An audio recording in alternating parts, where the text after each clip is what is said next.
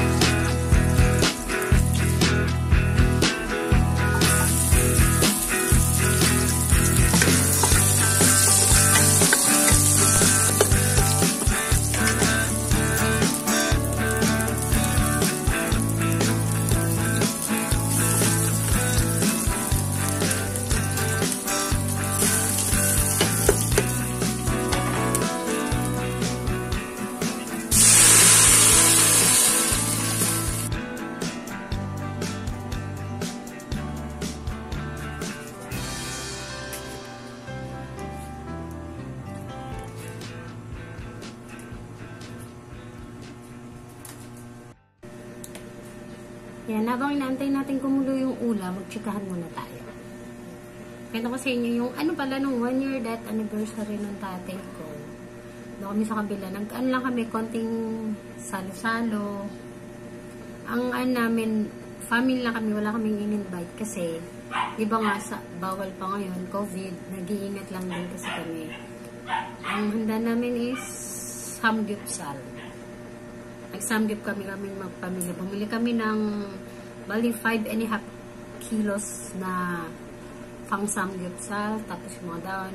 Kami lang, banding. Yung picture. Ganyan lang. Yung tatay ko kasi, kamamatay lang niya 1 year. Tama.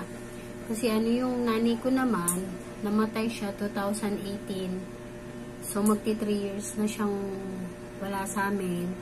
Ang sakit niya is lymphoma. Kaya lang kasi, tinamaan siya ng depression. Kasi yung nanay ko, kung makilala niyo yun, nakikay talaga yun. Halos, buong Pilipinas na nalibot niya na. Lakotsera yung nanay ko eh. Alam niyo yun. De, sobrang mahal na mahal namin yun. Kasi kaming magkakapatid, close kasi kami. Hindi kami ganong close sa sa iba, pero kami magkakapatid, close. 5 kami magkakapatid, pangapat ako bunso sa babae, tapos yung bunso namin lalaki. So, nung wala yung nani namin, yung tatay ko, yung nani ko, kaya nawala siya, na sobrang na-depress siya. Nagkikimo siya noon, tapos hanggang sa hindi niya nakinaya. Kasi nga, syempre nga naman ikaw, di ba, masayahin ka. First time niya magkasakit ng ganon. Kaya, yun. Tapos yung tatay ko naman, manuhan naman yung tatay ko. Kaya pala nung last 2019,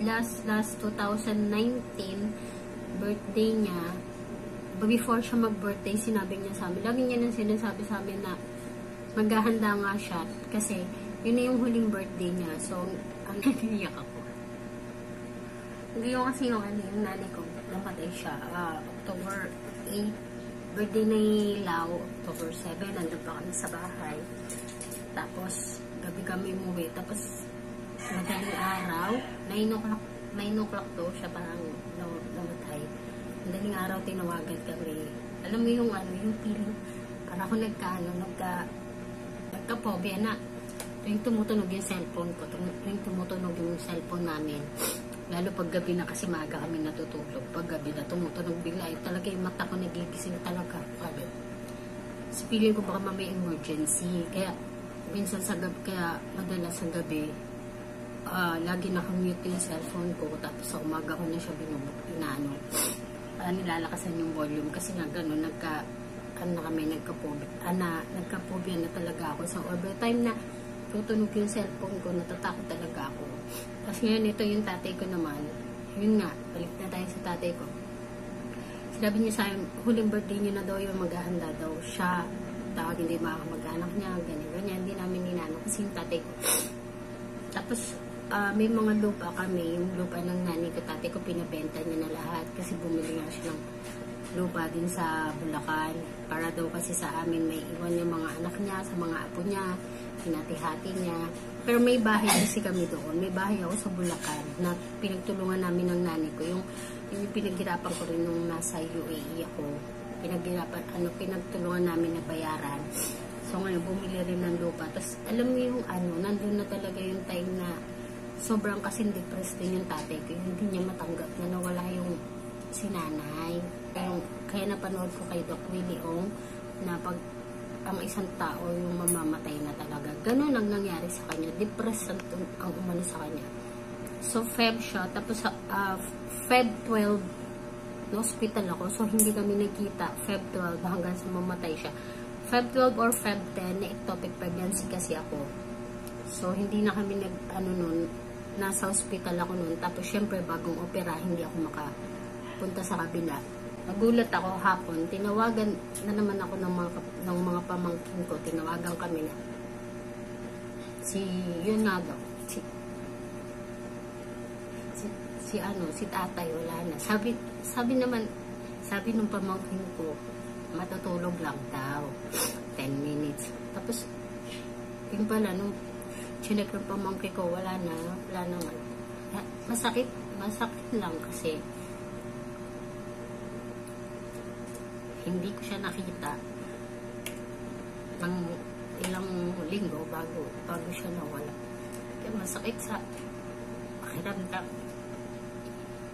Pero alam nyo, kasi kaya ganito kami, yung close kasi kami lahat. Kami yung tatay, nanay, kakapatid, ang mga bata, away-away, pero kami, kaya napakasakit mawala ng mahal sa buhay. Kaya nainggit kami pag yung mga magulang. Kaya hanggat, may advice ko lang sa inyo, hanggat buhay yung mga magulang nyo, mahalin nyo. Pakita nyo sa kanila kung gano'n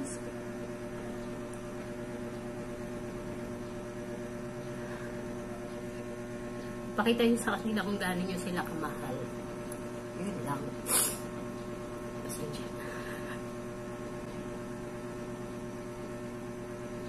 Basta naiisip ko pa rin, talagang hindi namin matanggap na hanggang ngayon wala na sila. Sobra. Kasi ang mabait ang tatay ko, ang nanay ko, sobrang bait para sa akin. Kaya pasensya na kayo. Pasensya na kayo kung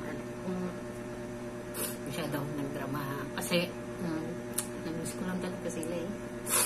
Gusto ko lang i-share sa inyo yung ganun. Kaya yun, kaya hanggang ngayon, every week, minsan, basta every week, nandun kami sa kabila, nagsama-sama kami magkakapatid, banding namin, gano'n. Parang naging normal sa amin yun, dapat lagi kami magkakasama. Tutulungan, kaya kung advice ko lang sa inyo, kaya kung kayo mga pamilya nyo, mahalin nyo ang pamilya nyo, ang mga kapatid nyo, lalong-lalo kapag walang, kasi hindi ka na makakahanap, walang kapalit ang magulang. Sesya na nagdadrama. Ayun na natin, nilulutong mo ko na. Lalagay na natin yung molo.